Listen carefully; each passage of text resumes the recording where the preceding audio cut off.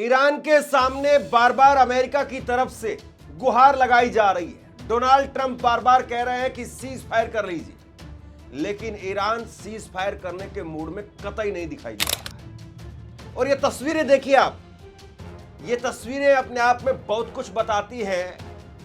भरी दोपहरी में किस तरीके से ड्रोन से लगातार ईरान हमले कर रहा है और कहां पर हमले हो रहे हैं? इजराइल के हाइफा शहर के अंदर, वहां पर हमले हो रहे हैं। तेल रिफाइनरी, सबसे बड़ी रिफाइनरी है इजराइल की हाइफा के अंदर, वहां पर हमले हुए हैं।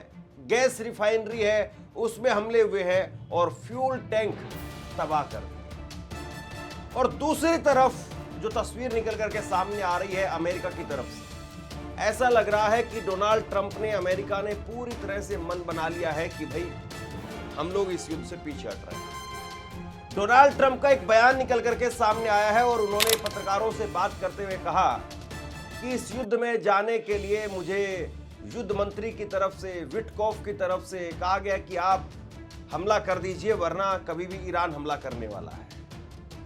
क्या आपने कभी सुना है कि कोई राष्ट्र अध्यक्ष बीच युद्ध में अपनी जिम्मेदारी से पल्ला झाड़ते हुए अपने नेताओं के ऊपर, अपने सेनापतियों के ऊपर, या फिर अपने सेना के या जो सुरक्षा सलाहकार हैं उनके ऊपर पूरी तरह से पल्ला झाड़ करके खड़ा हो जाए?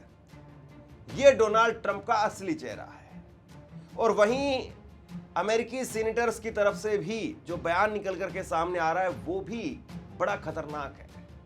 अब अमेरिका कुल मिलाकर के ये चाह रहा है कि वो यहां से भाग जाए, इजराइल को इजराइल के हाल पर छोड़ दे, और उसके बाद में आपस में अरब देश और ईरान वो लड़ते रहे, सालों साल इनकी जंग चलती रहे, और ये लोग फिर से रैम की भीख मांगते हुए मेरे पास में आए कि हमें बचा लीजिए, मैं फिर एक सौदा करूंगा इनसे, और उसके बाद में फिर बाद में देखेंगे। ये कुल मिलाकर के इस वक्त में सिनेरियो दिखाई दे रहा है।